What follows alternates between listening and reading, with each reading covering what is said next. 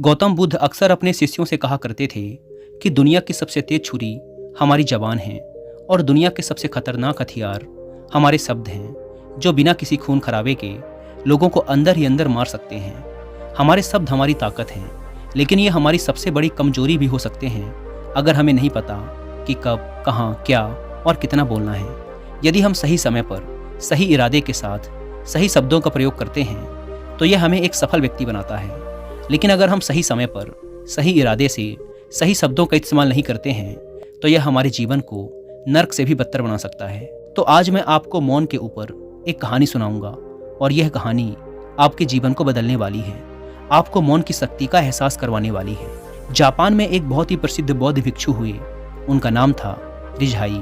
रिझाई अकेले रहते थे जंगल के पास, दुनिया के शोर शराबे से दूर। रिझाई एक बहुत ही बड़े ध्यानी और प्रबुद्ध व्यक्ति थे और इसीलिए वो पूरे जापान में बहुत प्रसिद्ध भी थे। एक दिन एक राजकुमार रिझाई के पास आया और बोला, प्रिय भिक्षु, मैं हमेशा थका हुआ, निराश और परेशान महसूस करता हूँ। मेरा मन बहुत अशांत रहता है। हालांकि मेरे पास सब कुछ है, दौलत, शोहरत, सुख सुविधाएं, जो हर व्यक्ति चाहता है या पाने की इच्छा करता है, लेकिन फिर भी मेरे अंदर इतनी अशांति और चिंता क्यों है? रिझाई ने कहा, इस प्रश्न का उत्तर तुम जानते हो, बस तुमने कभी इसकी तलाश नहीं की। रिझाई ने आगे कहा, मैं एक प्रयोग करना चाहता हूँ, क्या तुम करना चाहोगे? इस प्रयोग के बाद तुम्हारे जीवन में किसी भी तरह की अशांति और चिंता नहीं रहेगी। यह सब सुनकर राजकुमार बहुत हैरान हुआ। उसने रिझाई से कहा, बताइए मुझे करना क्या है? अपने मन की शांति के लिए मैं कुछ भी करने को तैयार हूँ।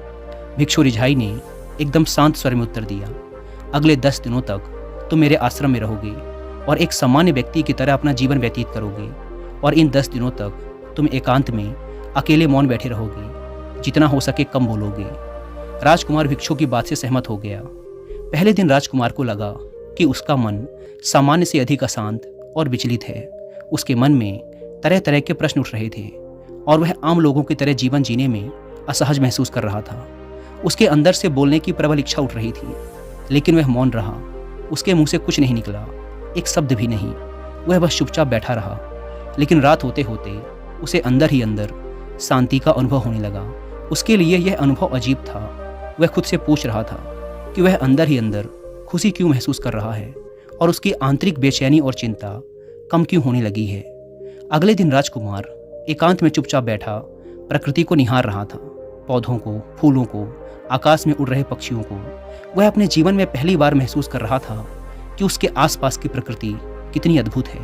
वह दिन भर प्रकृति की सुंदरता को देखता और उसकी शांति को महसूस करता रहा। इस तरह से एक हफ्ता बीत गया और अब तक उसके मन की सारी बेचैनी, सारी हलचल, सारी उथल पुथल और सारा तनाव एकदम गायब हो गया था। 8वें दिन की सुबह राजकुमार फिर से एकांत में बैठ गया और कुछ ही मिनटों में उसकी आंखें अपने आप बंद हो गई और वह गहरे ध्यान में चला गया। वह पूरे दिन वहीं आंखें बंद किए बैठा रहा और गहरे ध्यान में डूबता चला गया। ना कोई शब्द, ना कोई चिंता। राजकुमार भीतर से असीम शांति और आनंद से भर गया।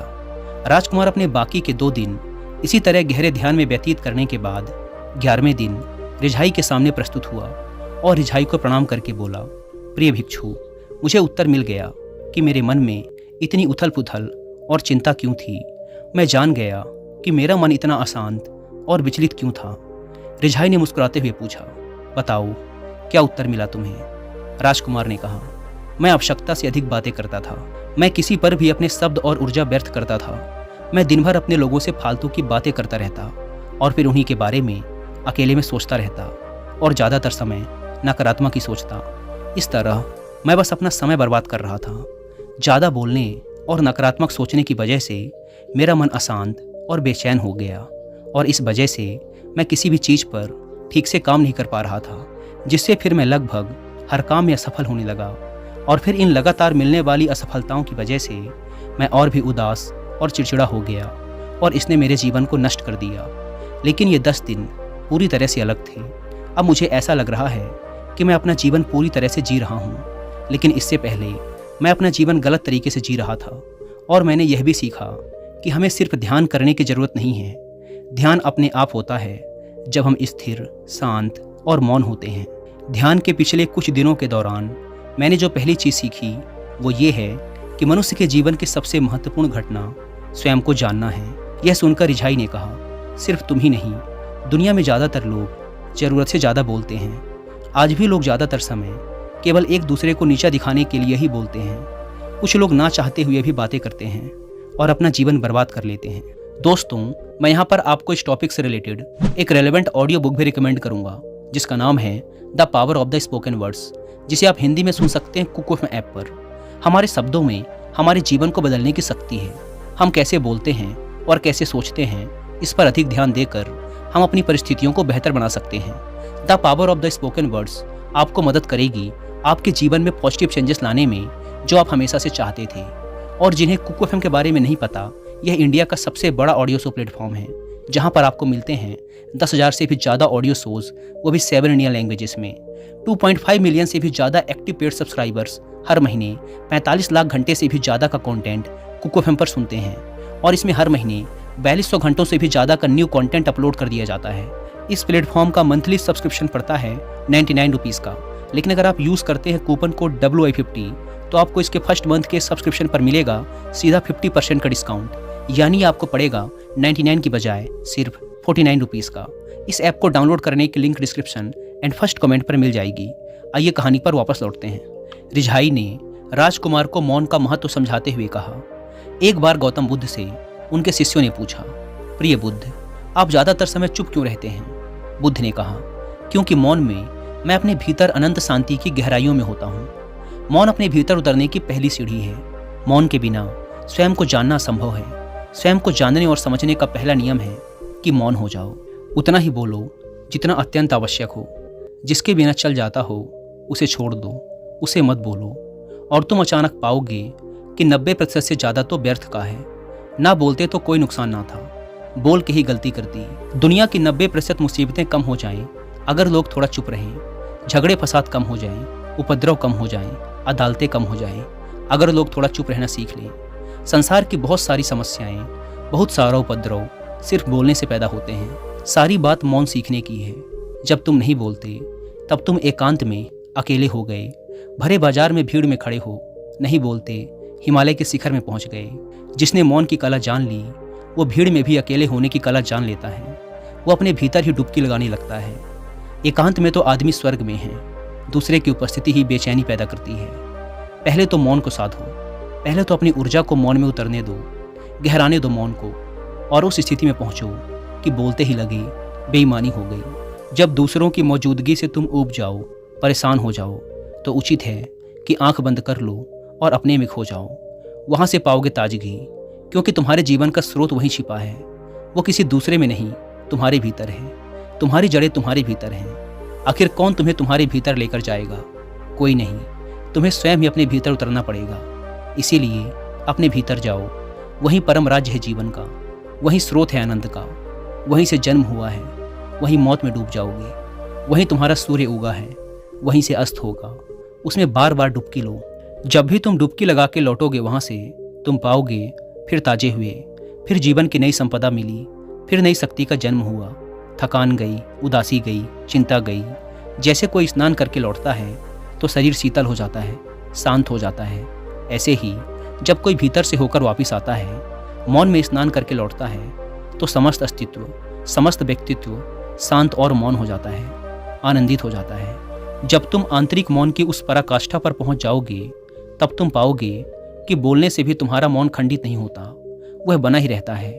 उसकी एक अंतर्धारा लगातार तुम्हारे भीतर बहती रहती है। तुम बोलते तो हो, लेकिन अपने से छूटते नहीं। तुम शब्द का उपयोग भी करते हो, लेकिन वो तुम्हारे मौन को खंडित नहीं कर पाते। एक बार गहरे मौन में स्थिर हो जाओ, फिर तुम्हारी वाणी में भी सुगंध आ जाएगी। फिर तुम्हारी वाणी में भी एक विशालता आ जाएगी।